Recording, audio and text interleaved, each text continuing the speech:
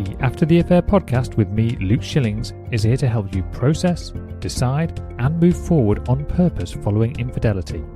Together, we'll explore what's required to rebuild trust not only in yourself, but also with others. Whether you stay or leave, I can help. And no matter what your story, there will be something here for you. Let's go.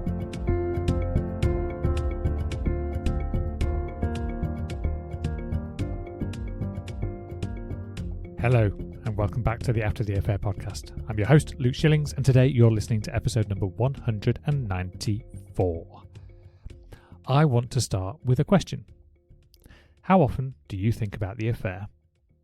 Not how often do you talk about it, not how often do you bring it up, not how often it causes conflict. How often does it simply appear in your mind? For some of you listening, the answer is every day, perhaps several times a day, perhaps dozens. You wake up and it's there. You go to sleep and it's there. You drive to work and your mind drifts back there. You're standing in a supermarket queue and suddenly a memory appears. A detail, a question, a conversation, an image, a possibility.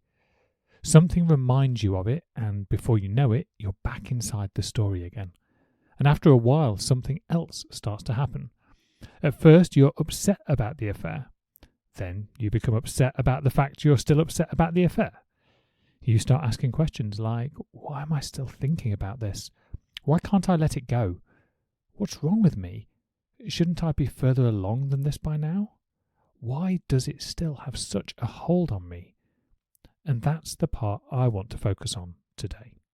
Because I don't think most people understand what is actually happening when they find themselves trapped in these loops. Most people assume the problem is the thinking. I don't think it is. I think the thinking is a symptom. I think the thinking is the clue. And if we can understand what your brain is trying to achieve by repeatedly returning to the affair, then we can start to understand why it feels so difficult to move forward. Because here's something that I've noticed over the years. People often describe their minds as though they're being attacked by thoughts, almost as though their brain has become the enemy. My mind won't stop. My brain keeps going back there. I can't switch it off. And I understand why it feels that way, but what if your brain isn't trying to hurt you? What if it's trying to protect you?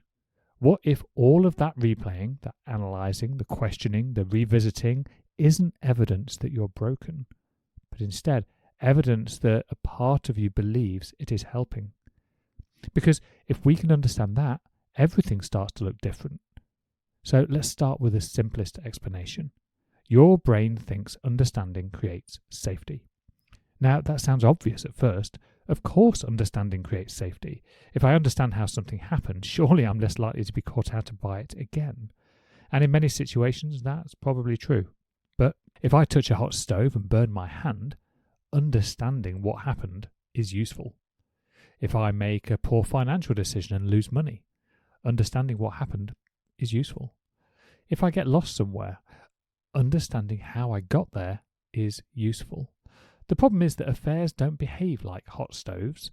They don't behave like simple cause and effect systems, because affairs involve people, emotions, needs, beliefs, secrets, choices, timing, opportunity, avoidance, fear, and probably about 1,000 other variables. Yet after betrayal, the brain often approaches the situation as though there must be a single answer hidden somewhere. A missing piece, a final detail. One more thing that, if discovered, would suddenly make everything make sense. And so the search begins. Maybe if I understood why they did it, maybe if I understood what they felt, maybe if I understood what the affair partner offered that I didn't, maybe if I understood why they lied, maybe if I understood why they kept choosing it, maybe if I understood what was going through their mind. And every one of those questions feels reasonable. The problem is that many people eventually move beyond understanding and into something else entirely, without realizing it. At the beginning, they are genuinely searching for information. But 6 months later, a year later, 2 years later, they're often no longer looking for information. They're looking for certainty. And certainty is a very different thing. Understanding says, I want to know. Certainty says, I want to feel safe. And here's the problem. No amount of information can ever create perfect safety. None. Let's imagine for a moment that your partner sat down and answered every single question that you have. Every text, every lie, every meeting, every decision, every thought, every detail, every single damn thing. Would that guarantee that you'll never be hurt again? Of course not. Would it guarantee that they'll never make another poor choice? No. Would it guarantee that your relationship will work? Nope. Would it guarantee that you'll never experience betrayal in any form for the rest of your life? I'm sorry, but no. So notice what happens. The brain starts searching for something that information can never provide. Absolute certainty. And because certainty is unavailable, well, the search continues. Not because you're failing, not because you're weak, but because the goal itself is impossible. And that's where many people become and stay stuck. Because they don't realize the target moved. They think they're still searching for understanding, when in reality they're searching for certainty. And certainty isn't hiding inside another conversation, or another explanation, or another detail, or another late night investigation. It's simply unavailable. Which means if certainty is the goal, the mind has no choice but to keep searching. And that brings us to something even more interesting. Because after a certain point, I don't think most people are even trying to understand the affair anymore. I think they're trying to undo it. Now, this might be a difficult thing to hear, but I think for many people listening, there comes a point where the mind quietly shifts from trying to understand the affair to trying to undo it. Not consciously, not deliberately, but emotionally. Think about some of the questions that people ask themselves years after discovery. What if I'd noticed earlier? What if I'd challenged that behaviour? What if we'd gone to counselling sooner? What if I'd been more attentive? What if I'd left? What if I'd stayed? What if I'd confronted them differently? What if I'd read the signs? What if I hadn't trusted them? At first glance, those seem like attempts to learn, but often they're not. They're attempts to find a version of reality where the affair didn't happen. A version of the story where a different choice creates a different outcome. And again, that makes complete sense. Because if something causes enormous pain, of course the mind wants to revisit the point where it believes things could have gone differently. The problem is that your brain doesn't experience those thoughts as historical reflection. It experiences them as active problem solving. Which means every time you revisit the question, your brain believes there, might still be a solution. There might still be a way to fix it. There might still be a way to change what happened. But there isn't. And that's where the suffering begins. Because now you're engaged in an argument with reality itself. Reality says, the affair happened. Your mind says, yes, but what if? Reality says, it happened. Your mind says, maybe if. Reality says, it happened. Your mind says, there must have been something, and around we go. Now, please don't misunderstand me. This isn't about accepting what happened as being okay. It isn't about approving of it. It isn't about even liking it. It's about recognizing the difference between I don't like this and I refuse to accept that this even happened. Because only one of those positions creates movement. The other creates endless resistance. And resistance is exhausting. It's like trying to hold back the tide. You can do it for a while. You can throw energy at it. You can fight it. You can rage against it. But eventually reality wins. Not because it's fair, not because it's kind, simply because it's real. When I look at many people who are still trapped years later, I often see a subtle battle taking place. Not with the affair, not with their partner, but with reality itself. A refusal to allow the event to occupy a place in their history. A refusal to let it become part of their story. Again, understandable, but costly. Because the mind keeps returning to the affair in an attempt to solve something that, cannot be solved.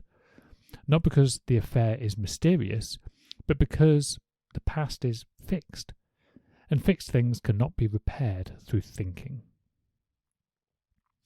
Now, let's talk about something that catches a lot of people out. Rumination feels useful. In fact, I'd go further. Rumination often feels responsible. It feels like you're doing something. It feels like you're working on the problem. Imagine two people. One is thinking about the affair for 3 hours every night. The other isn't. Who looks more committed to healing? At first glance, probably the first person. After all, they're putting the effort in. They're analysing, reflecting, trying to understand, trying to work through it. The problem is that effort and effectiveness are not the same thing. And this is where many people become trapped, because the brain mistakes activity for progress. Let's use a simple analogy. Just imagine for a minute that you get stuck in mud. You put your foot on the accelerator and spin the wheels. The engine gets louder, the wheels move faster, the mud flies everywhere. There's loads and loads of activity, but you're not moving. Now imagine somebody looking at the car from a distance. They might think, wow, they're really trying. And they are. The problem is that the harder they try, the further away they get from solving the problem. Instead, it's reinforcing it. It's digging a deeper hole. And rumination often works in exactly the same way. The mind says, keep thinking, keep analysing, keep reviewing, keep investigating. And because you're doing something, it feels productive. But at some point, it's worth asking. Productive towards what exactly? What exactly am I hoping this next hour of thinking is going to produce? A new fact? A new understanding? A new feeling? A new outcome?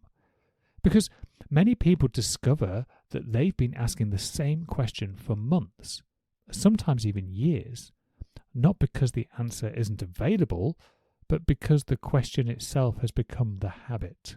And that's a very different thing. Now, this is where I think things get really interesting, because every behaviour that persists tends to offer some kind of benefit.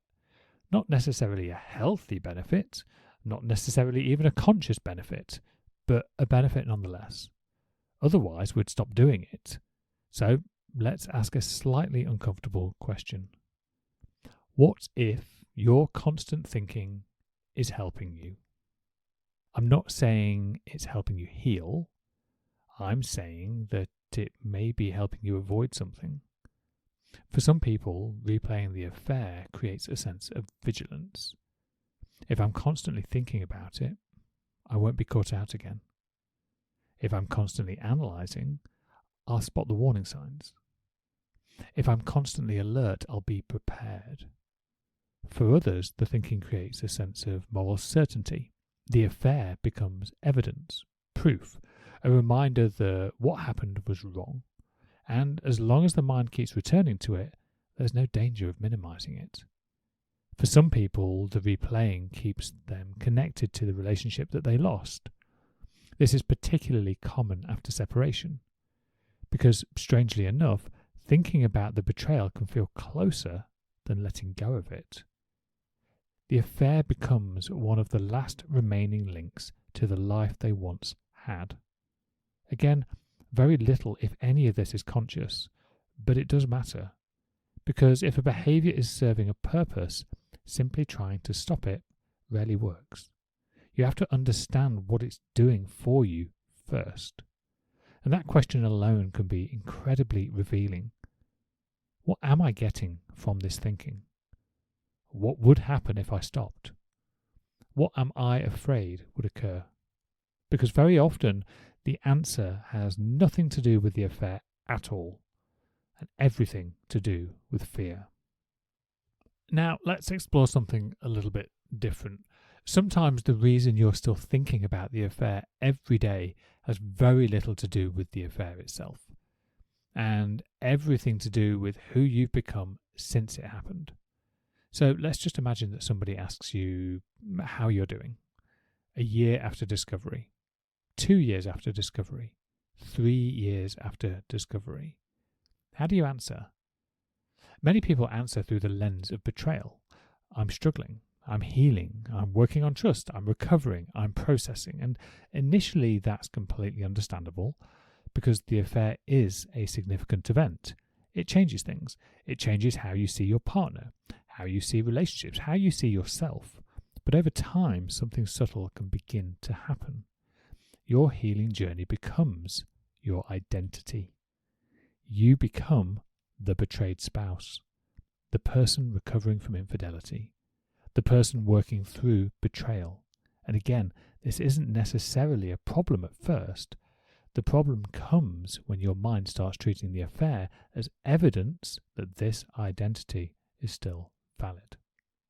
Because now every thought about the affair reinforces who you believe yourself to be. Every replay, every analysis, every emotional reaction, every late night spiral. It all supports the story. This is who I am now. And when an identity becomes established, the brain works really hard to maintain it. Not because it enjoys suffering, but because certainty feels safer than uncertainty, even if it's painful certainty. Think about it. If you've spent 2 years organising your life around healing from betrayal, what happens when the betrayal starts taking up less space? Who are you then? What's your focus now? What do you talk about? What do you work on? What becomes important? Now, please hear me carefully. I'm not saying that people stay stuck intentionally. I'm saying the brain likes familiarity. And sometimes the familiar version of ourselves is easier to hold on to than the unknown version waiting on the other side. Because moving forward creates a new challenge. If betrayal is no longer the central issue, then what is? And that's a much bigger question than most people realise. I've worked with many people who become so focused on healing that they never stop to ask what they were healing towards. Listen to that. I didn't say what they're healing from. I said what are they healing towards? What kind of life are you building? Who are you becoming? What matters now? Because if all of your energy is spent looking backwards, there isn't much left available for creating what's next. And this is one of the reasons that some people continue replaying the affair. The affair remains the centre of gravity, the organising principle, the explanation, the project, and without it, they're forced into very unfamiliar territory, the future. Now, if you've recognised yourself in any of this, perhaps you're thinking, okay, Luke, so how do I stop? And this is where most people make yet another mistake. They try to force the thoughts away. They try to distract themselves, control themselves, suppress themselves, argue with themselves. They tell themselves, stop thinking about it, move on, get over it, focus on something else. The problem is the brain doesn't respond particularly well to commands like that. Let's just do a quick experiment. For the next 10 seconds, don't think about a pink elephant. Don't imagine one. Don't picture one. Don't think about its ears, its trunk, its colour. Just don't think about it. What happened? You think about it? Of course you did. Because the brain has to identify the thing before it can avoid the thing. And betrayal thoughts often work in exactly the same way. The harder you push them away, the more attention you give them. The more attention you give them, the more important they appear. And the more important that they appear, the more frequently they return. Now suddenly you're not only thinking about the affair, you're thinking about the fact that you're thinking about the affair. And this creates that second layer of suffering. The original pain and then the frustration about the pain. The thought and then the judgment about the thought. The memory and then the panic about the memory. So instead of one problem, you've created 2 or 4 or 6. Remembering is not the same as replaying. This distinction changed a huge amount for me, and it's one I think that could help many of you too. Remembering is normal. Replaying is different. Remembering is, that happened. Replaying is, let's go through it again. Remembering is often quite passive.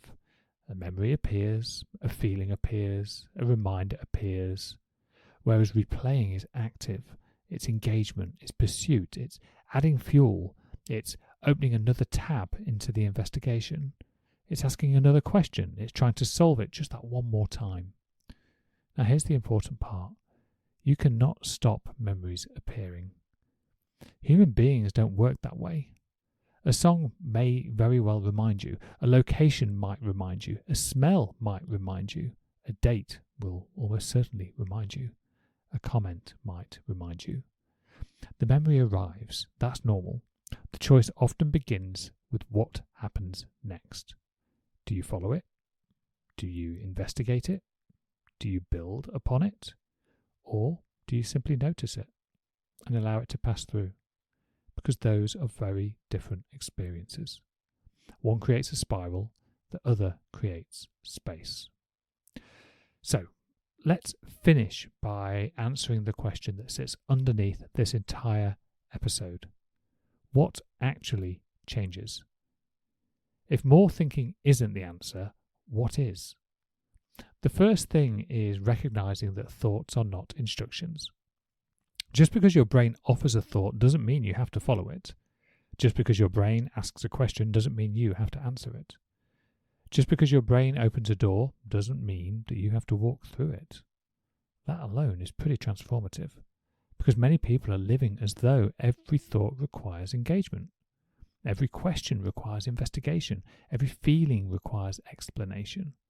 And that, quite frankly, is exhausting. The second thing is learning the difference between experiencing a feeling and solving a feeling.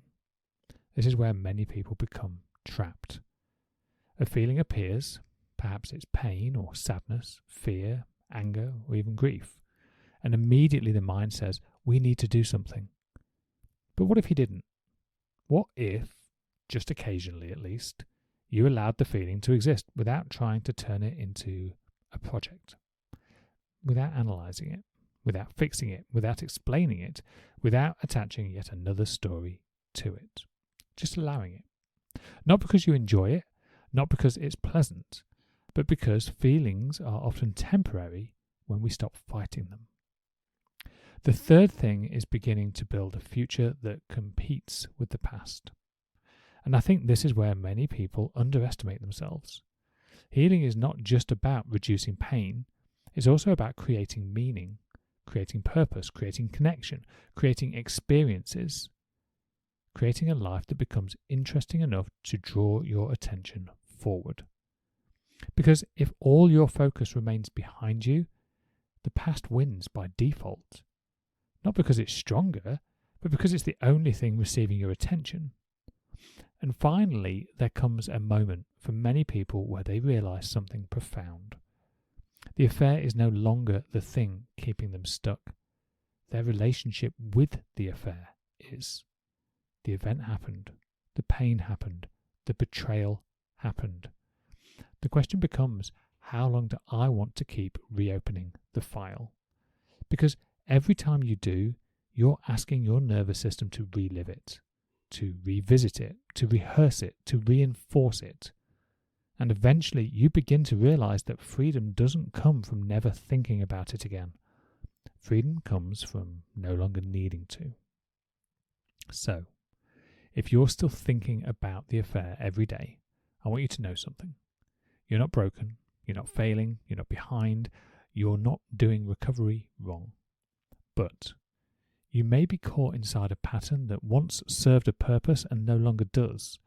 A pattern that promised safety, promised certainty, promised understanding, but quietly became something else. Became a habit, a reflex, a way of relating to the pain. And the good news is that habits can change. Not overnight, not through force, certainly not through shame, but through awareness. Because once you start recognizing what your mind is trying to do, you gain the ability to choose something different. And perhaps that's the real invitation here. Not to stop thinking about the affair, but to stop believing every thought about it deserves your attention. Because healing isn't the absence of memories, it's the ability to live your life even when those memories do exist. And that's a very different thing. If this episode has resonated with you, I'd encourage you to spend some time with a few simple questions. Perhaps, in fact, actually just one question. What am I hoping my thinking will give me? Not what the affair took from me, not what your partner did, not what should have happened. What are you hoping all of this thinking will eventually produce? Because the answer to that question may reveal more about what's keeping you stuck than the affair itself. And if you'd like help exploring that, that's exactly the kind of work we do together inside my one-to-one coaching. And I'd love to support you on that journey. You can find out more and book a free call at lifecoachluke.com or drop me a DM on Instagram at mylifecoachluke. Until next time, take care of yourself. I'll speak to you next week.